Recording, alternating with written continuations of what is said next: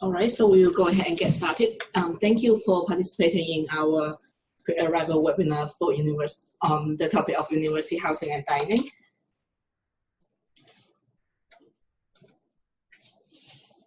For those of you who are new to the webinar series, the pre-arrival webinar is a webinar series that provided to incoming international students. Hopefully this will help you prepare your arrival plan for traveling and living in Iowa City, understand orientation expectation and responsibilities, transition to student life and academics at the University of Iowa.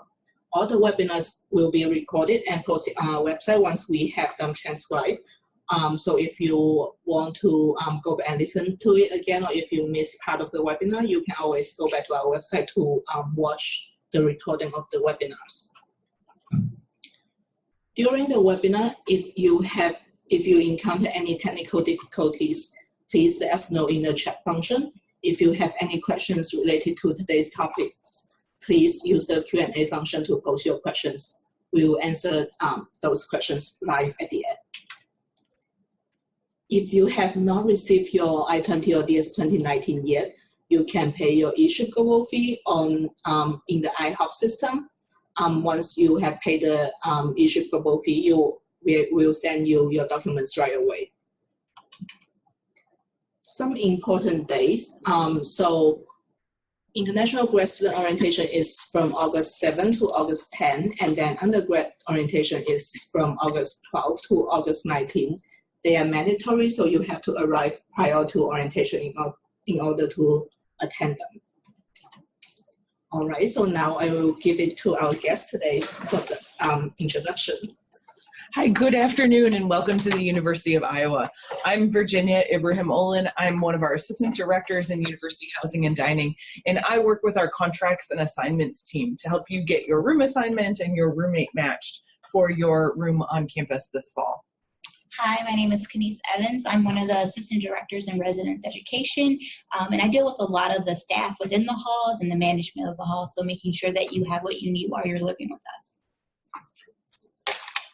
So today's discussion, we are going to give you an overview of University Housing and Dining, since we anticipate that many of you with us today have not visited campus. We will talk through the housing application and assignment timelines. We'll discuss living and learning communities, overview roommate options, talk about meal plans, discuss the anticipated costs for living on campus this academic year, give you the option to work for University Housing and Dining, and then also provide you all with the answers to some of our frequently asked questions before we dive into your questions.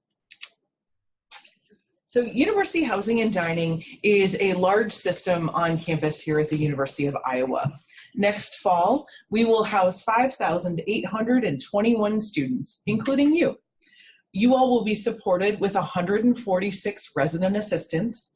There are 18 living learning communities in our residence halls, and we have 10 halls that you could live in. There are 15 retail dining locations, 3 marketplaces, and 1 really delicious food truck. In order to live on campus, all students are required to submit a housing application. And this slide provides you with an overview of what that timeline looked like. Our housing application opened last October, and on May 1st was the deadline for roommate requests and living learning community preferences due. May 15th was our priority deadline for ADA or medical accommodations requests related to your housing assignment. May 31st is when our housing application will close online, and it's also the deadline for you to request a roommate if you are interested in new student housing.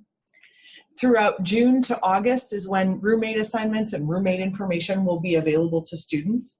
And then you all will move in on August 11th in preparation for your new student orientation on August 12th. So we have those 18 living learning communities that Virginia mentioned, and basically that is our way of connecting what you are experiencing in the classroom to what you're experiencing in the halls. So we're creating this shared experience where you will get to connect with other students going through those courses and interested in that topic, as well as connect you with mentors and campus resource and staff and professors. So really it's an opportunity to try some new things, to make some new friends, and really start to explore the University of Iowa as well as Iowa City. We do this because we know that research shows that students who experience time in living learning communities tend to stay in college, earn higher GPAs, and experience a greater degree of satisfaction with the overall college experience. So we're really just trying to get you involved and get you a really great experience.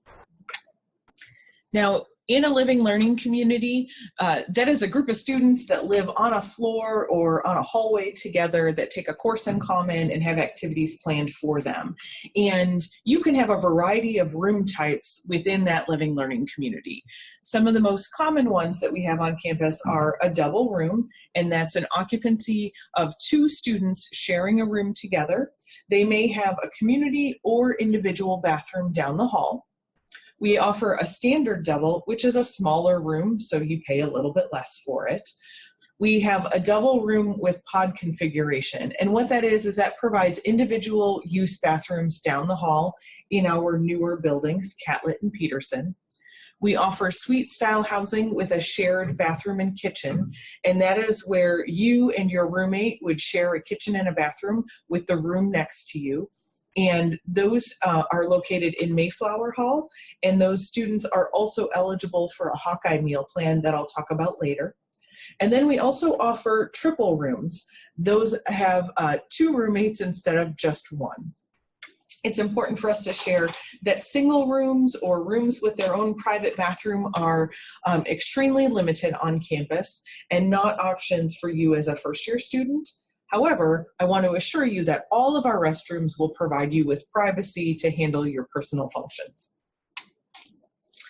If you are a student with a disability or a medical need for a housing accommodation, we will work one-on-one with you to support that need. You need to submit us a request in writing through your housing application, and then we also receive documentation from you and your medical provider. Our priority deadline for fall accommodations was May 15th. However, we will continue to work with you if you submit your request to us.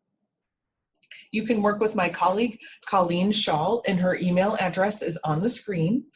And it is very important for you to note that University Housing and Dining, we handle your accommodations within housing, but if you are a student with a disability who needs accommodations in the classroom related to a learning style, then you would work with Student Disability Services. We do not share information between our 2 offices in order to maintain your privacy. So some housing and dining resources that we have for you as you live with us. So we mentioned earlier the 146 RAs that we have working in our buildings across campus. So a resident assistant is a member of each residence hall floor. They're students just like you who have been carefully selected and trained to really assist you as you adjust in the halls into the university. So they are there to answer questions, facilitate programs, as well as conversations between you and them and you and others on the floor, give you resources, and make sure you have what you need to be successful here at the university. They also will have hall coordinators in the halls in order to further assist you. So if there is a question that an RA can't answer or just something that kind of escalates to a higher level, we have hall coordinators, and they're professionals who have basically kind of gone to school to do this. So they live in the building, they work in the building, and they're there to support you in your success and your engagement. In addition to those 2 resources, we also have 2 embedded counselors who are confidential resources for our students, and they offer a number of different things in order to kind of help you with maybe a crisis or just problem solving, some intervention. So they offer anything from individual therapy to group counseling. They can see you same day as a crisis, and then they can do some intervention if you have things that happen around death or incident of bias. They're there to support that, support you and offer that kind of resource. They also do some outreach programming where they can come into the halls and do things on mindfulness and self-care, coping with stress. So they're really just an additional resource that we have that's really great for our halls, but they only see our students that live with us. They've been trained kind of traditionally as any psychologist would and have connection to our university counseling services as well. So as Virginia mentioned, singles are hard to come by for a first-year student and just really doesn't happen all that often. So we try to give you some strategies for living with a roommate. So fun fact, most students, whether they're in their first year or not, live with a roommate. So we really want to help you facilitate that relationship and make sure that you know that the communication is really going to be key. So take some time to get to know your roommate and let them get to know you. So ask questions, exchange information, and the best way that that's going to be for you all to communicate. At the beginning of the semester, you're going to do a roommate agreement where you're going to talk about when you want to study in the room, what your sleeping patterns are, what do you feel about guests, all of those good things. So making sure that you take that agreement pretty seriously and really write down how you feel about that. For you as well as your roommate, this could be the first time that you're living and sharing a space with someone else. And that can be new and that can be difficult, but if you communicate ahead of time, it kind of prevents some of that stuff on the back end. Assume goodwill. So think that everyone kind of is coming in with an open mind and ready to get along and really make it work. And as I said before, your communication is going to be very important. So you want to make sure that you're talking with your roommate on a regular, you're expressing what your needs are and your concerns. And if you do have an issue, that's what your RA is there for. So if something comes up and you aren't able to handle it on your own, make sure you reach out to your RA and they can support you through that and mediate any conflicts that come up. So once you and your roommate have selected a room for next academic year, you'll have the option to pick a meal plan. And most students will be selecting a meal plan in June. There are 3 meal plan options, and every student that lives in the residence halls is required to have at least one of these. And so the Gold plan offers unlimited marketplace meals, 75 flex meals, and 8 guest meals. The Black plan offers you 145 marketplace meals, 75 flex meals, and 8 guest meals. And then we have the Hawkeye plan, which is just for our students that have a university supplied kitchen. And those students are the ones that often live in Mayflower Hall. The difference between our different types of meals, a marketplace meal is where you would enter into one of our all you care to eat locations. It's like a buffet, and you can just eat whatever you are hungry for at that moment. And so the number of meals is how many times you are able to enter into that marketplace. A flex meal is a meal that you could get either to go from one of our retail locations, or it also could be used in the marketplace. And so that can be a great option for students. Now, if you're trying to decide, should I have the Gold meal plan or the Black meal plan, the recommendation that we often suggest is to determine, will you be eating 3 meals a day, or are you a student who typically only eats 2 meals a day? If you are not a breakfast eater, then the Black plan is usually the best recommendation for you. However, if you are a student with a larger appetite, or perhaps you like to eat frequently smaller meals throughout the day, the Gold plan could be the best option for you. We know that it can be hard to decide until you're on campus. So during those first 2 weeks of you being on campus, you'll get the opportunity to adjust your meal plan as needed. If you are a student that may have unique dietary needs, perhaps you have allergies or need to avoid particular foods because of a medical condition, we have a great registered dietitian on our staff. Her name is Laura Croto, and she is happy to meet with you one-on-one. She has a very simple form that you fill out and submit documentation about your needs, and she can make arrangements for individual meals to be prepared specifically for you, so that way you don't come in contact with something that you might be allergic to. We also have a really easy labeling system that displays on every food in our marketplace exactly what is in the food, so that way you understand what you're going to be eating and putting into your body. Awesome. Some anticipated costs for you to be aware of if you are living on campus. The total cost for the academic year is $10,284. This would be for a student in a double room with air conditioning, a student who has a Black meal plan, and then also has the 200 Hawkeye dollars. And you are allocated 100 Hawkeye dollars in the fall semester and 100 Hawkeye dollars in the spring semester, so that way you have enough money to handle laundry or incidental purchases from our convenience stores. Your rate may increase or decrease depending on the room type that you select and based on the meal plan that you choose for yourself. All right, so we have lots of different halls with lots of different amenities. So across campus in many of our buildings, you will find workout facilities, pool tables, table tennis, a computer room where you can do some printing or working on projects or papers that you may have for classes, study lounges. So that could be a quiet study area or a group study area if you need to get out of your room. All of our halls have a hall association, which is a group of student leaders that come together and really are trying to impact change within the halls. So they meet to plan some social events, but also they bring some of their larger concerns to our department administrators to say, hey, we as students think that this is important for us right now. So they also are there to kind of rally for their peers. Living learning communities that we talked about earlier, our dining locations are located in our halls.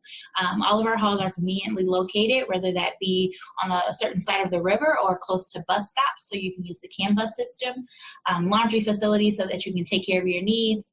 Mail, so we are able to receive your packages. So when you order something online or have something sent to you from a friend or family member, you are able to pick that up at our desk.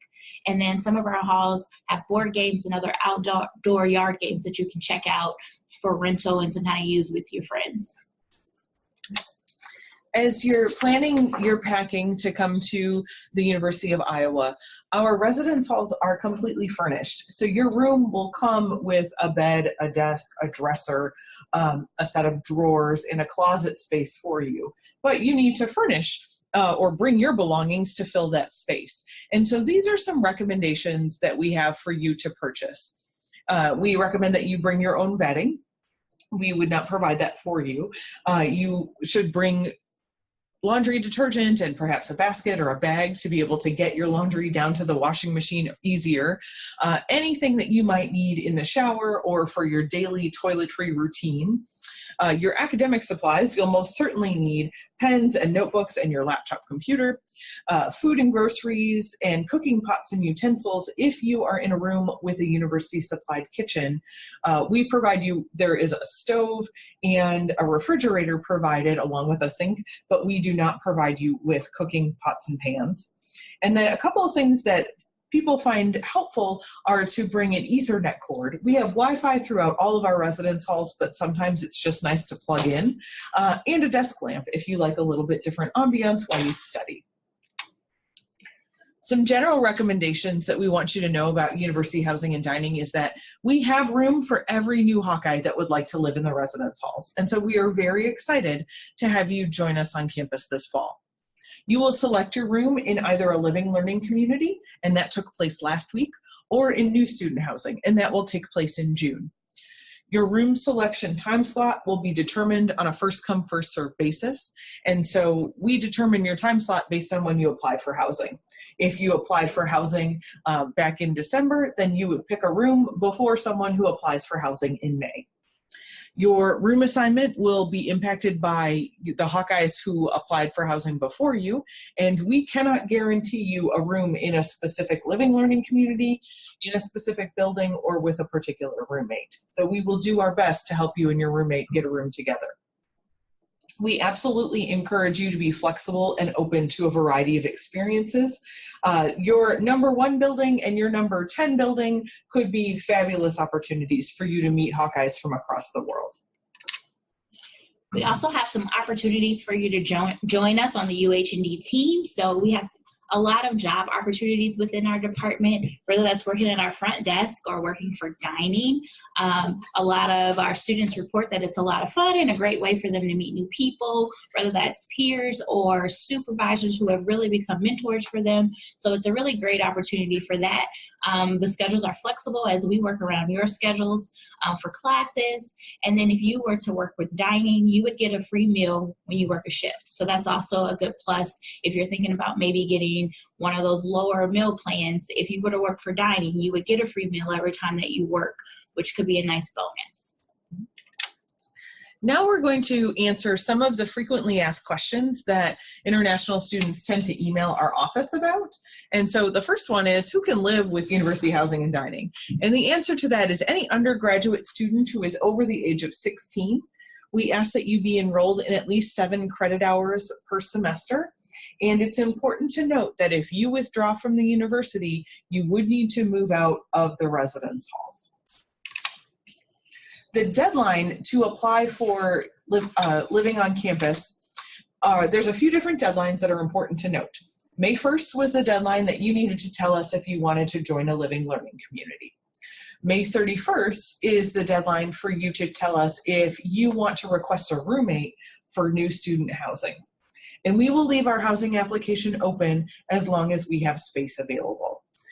You may submit a housing application before accepting your admission to the university, but as we opened our webinar, there were some reminders about you submitting your documentation and your payments related to all of your visa that you need to come to campus. So make sure that you do that.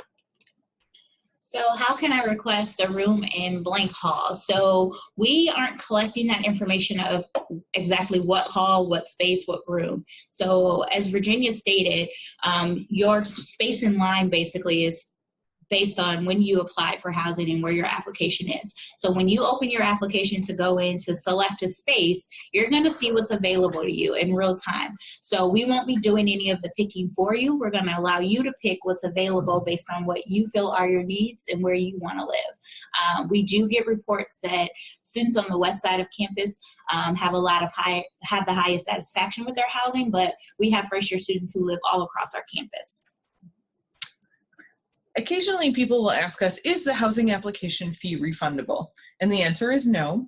This is a one-time non-refundable $75 charge to all new students that live in the residence halls. Now, if you come back to live with us for a second year, you do not have to pay the housing application fee again when you come on back. So there is an advantage to living on campus your second year. The other question that we will get sometimes is, can I cancel my housing application? And the answer is yes, you can cancel it without financial penalty up to 7 days after you received your official assignment letter, and that will come to you in either June or July. Now, please note, if you picked a living learning community room last week, then you got your contract notification letter last night, and so your 7 days will be up next week. After this 7 days or your contract binding date, we will not release you from your housing contract without financial penalty.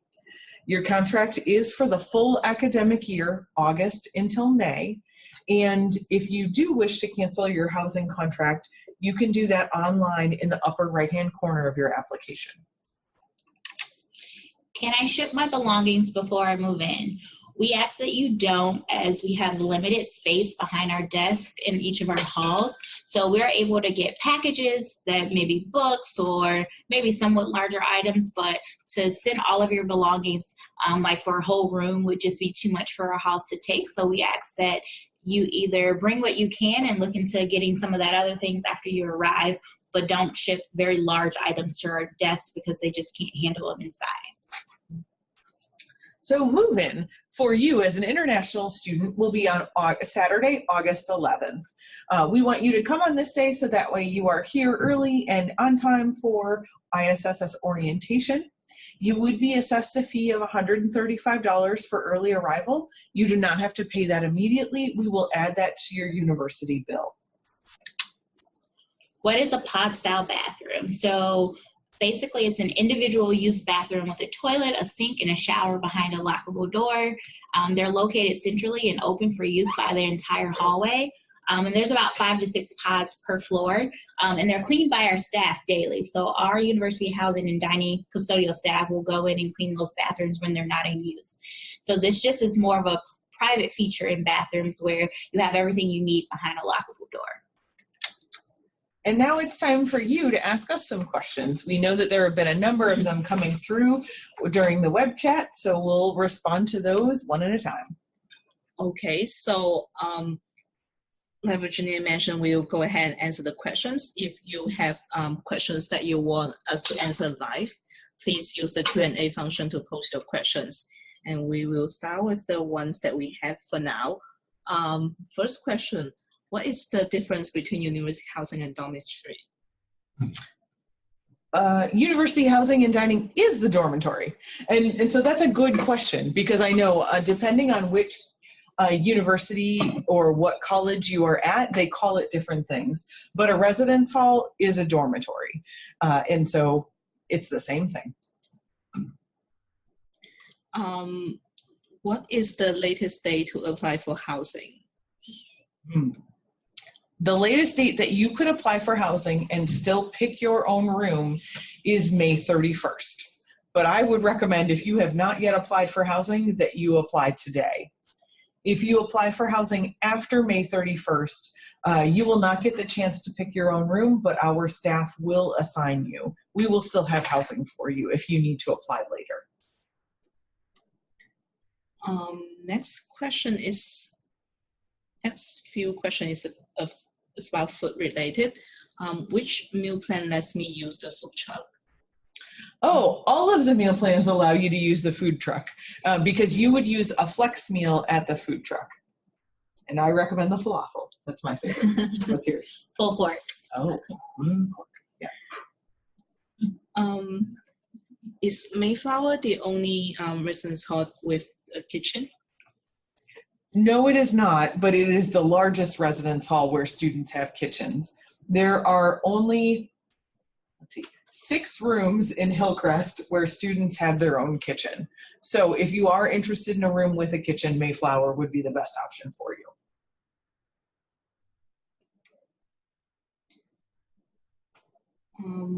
Our next one is, can my family stay in the hall with me during orientation?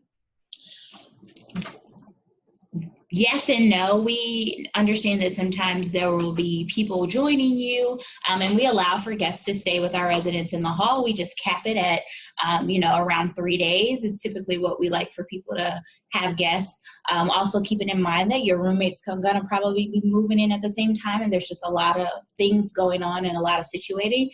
So we would suggest that they're going to be here for an extended amount of time, so maybe the full week of orientation, that you look into some of our nearby hotel options.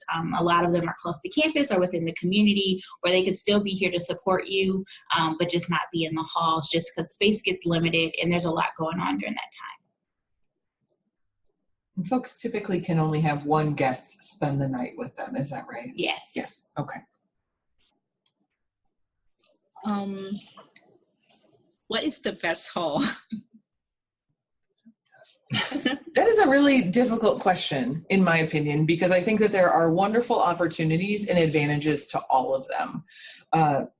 It really depends on what you're looking for, but no matter which hall you wind up picking a room in, you are certain to have the opportunity to connect with new people and to have a roommate, to have supportive staff, and to have lots of really fun events going on and people to help you get connected with the campus community.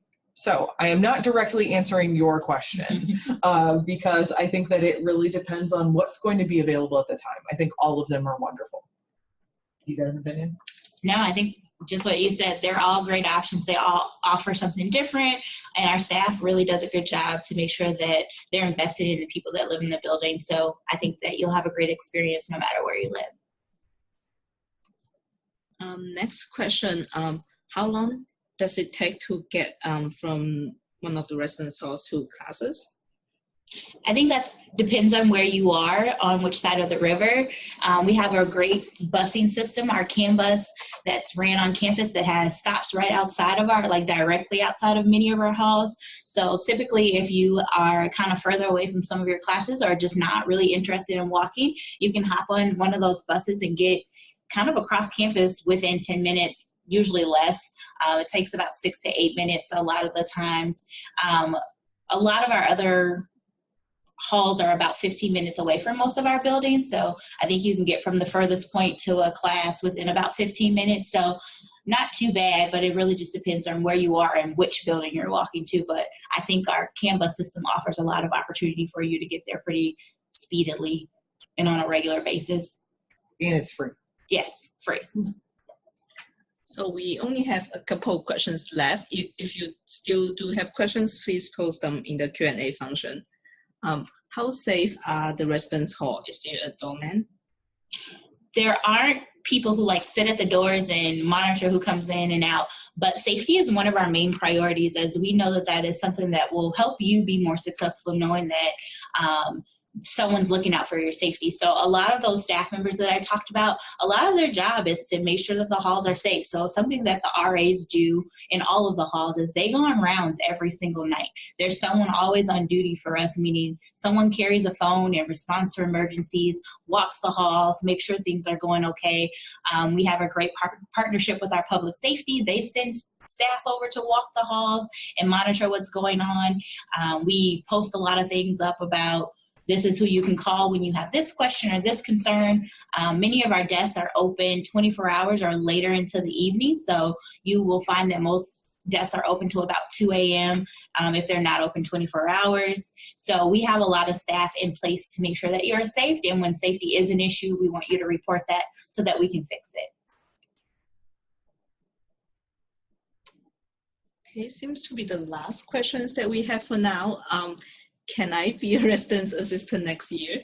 Yeah, that application process will come out typically within the fall semester towards the end, so October, November time, and we want to allow the opportunity for you to apply and go through our interview process. So I would say look for that marketing information where we're talking about how to apply, but also talk with your RA and our staff, and they can make sure that you're connected and know the process when it comes about. But we would love to have you on staff. We have one question just came in.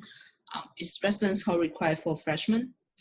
No, it is not a requirement that you live on campus with University Housing and Dining, but 94% of first-year students do live in the residence halls. And now that we have all of this space available, many students are electing to return for a second and a third year. And so if you're trying to decide, should I live on campus or should I live off campus, we know that when you live on campus, especially your first and second year, you have a better transition into the university and you get better grades, which is awesome. So you graduate faster, get a job, and you'd be amazing. So another question just also just came in. So these students have selected a room in Mayflower, and then they realize that it's the furthest apartment to campus. Can they still change their room selection? Yes, if they wish to cancel their room assignment in their living learning community, they can do so. There are instructions in their contract email that they got last night, and they should reach out to us individually, and we will talk with them about their personal situation.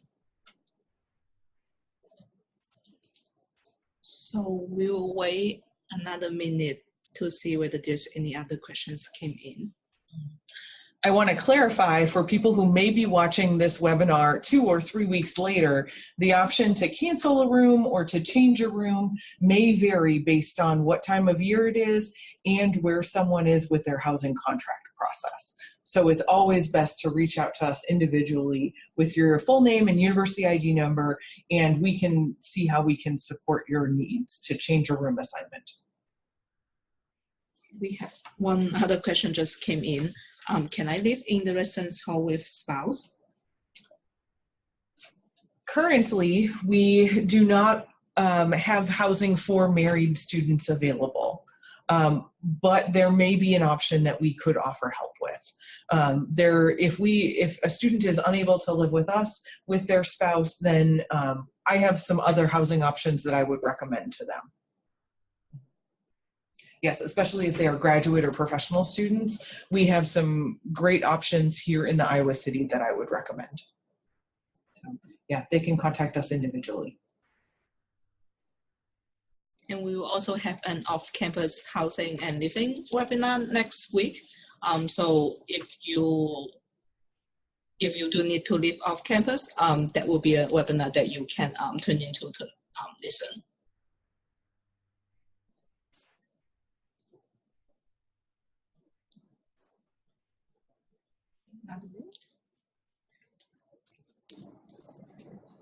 So as we are waiting, I'm also going to post a short survey in the chat function for you to fill out.